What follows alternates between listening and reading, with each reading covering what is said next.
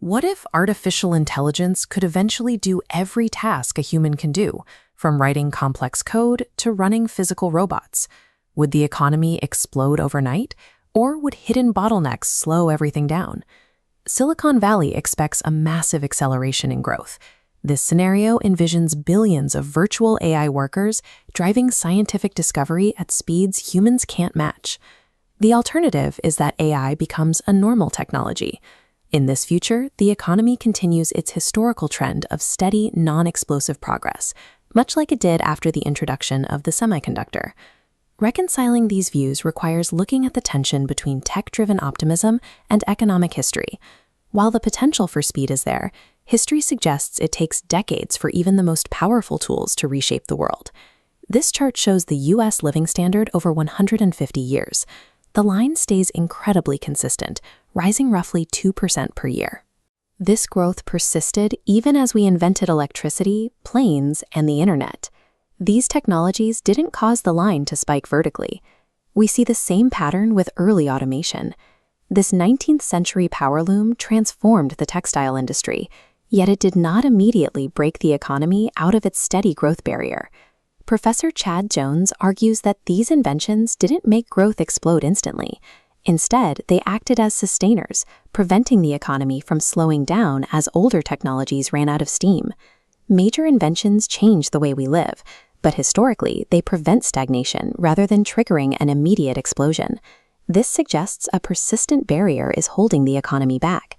This barrier is understood through the weak link theory. An economy is a chain, and a chain is only as strong as its weakest link. A business is a bundle of many tasks. If AI improves 17 tasks out of 20, the final result is still limited by the 3 weak links that haven't changed. We saw this in the Challenger disaster. Thousands of complex systems worked perfectly, but a single $25 O-ring failure destroyed the entire shuttle. Modern computing follows a similar logic. The phone in your pocket has 100 million times the transistors found in 1970s hardware, yet a researcher is not 100 million times more productive. While the machine is faster, human tasks, like judgment, asking questions, and choosing which theory to test, remain the unupgraded weak links in the process. In this model, the ultimate technological power is always limited by the slowest, most fragile human element left in the chain. This raises a critical question for the AI era. If AI could create an infinite amount of software, would the speaker's model suggest our economic output also becomes infinite? The model says no. As this chart shows, software is only 2% of the economy. Infinite software only makes us slightly richer because the remaining 98% bottlenecks the overall value. Automating one task, even at infinite scale, is different from automating the entire chain of work. However, a long-term flywheel effect can take hold. Automation creates new ideas. Those ideas lead to more automation, and the cycle spins faster. While this flywheel means growth will eventually accelerate, the economic explosion could take decades or even centuries as we work through each remaining weak link in the chain. For most people, will AI take my job is the wrong question. A job is actually a bundle of many distinct tasks. Look at radiologists. AI became excellent at scanning medical images, but radiologists did not lose their jobs. The role includes many other clinical tasks. Because image scanning was automated, the tasks AI couldn't do, like clinical judgment and human coordination, became more scarce and more valuable. Roles face complete disruption only when the entire task bundle can be handled by machines, as we are beginning to see with autonomous driving. AI will automate some tasks while raising the value of others. The goal is to understand which parts of your job are the scarce, unautomatable weak links. If machines perform more of the work chain, a major concern arises regarding income. The model asks, who gets the reward? The owners of the capital, the tech firms, or society through policy choices?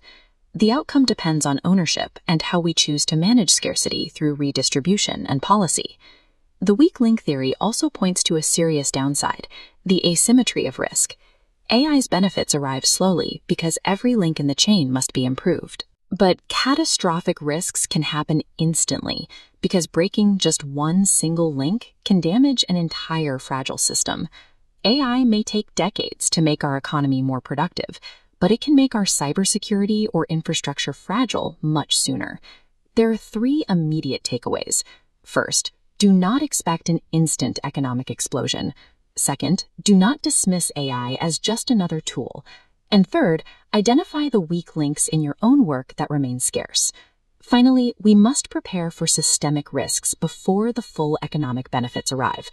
AI may be worth multiple internets in its long-term impact, but the timing depends on weak links. Benefits may arrive slower than the hype suggests, while risks may arrive sooner than we expect. AI's impact on the economy is certain. Our focus must be on strengthening the weakest links quickly enough to make that future productive, human, and safe.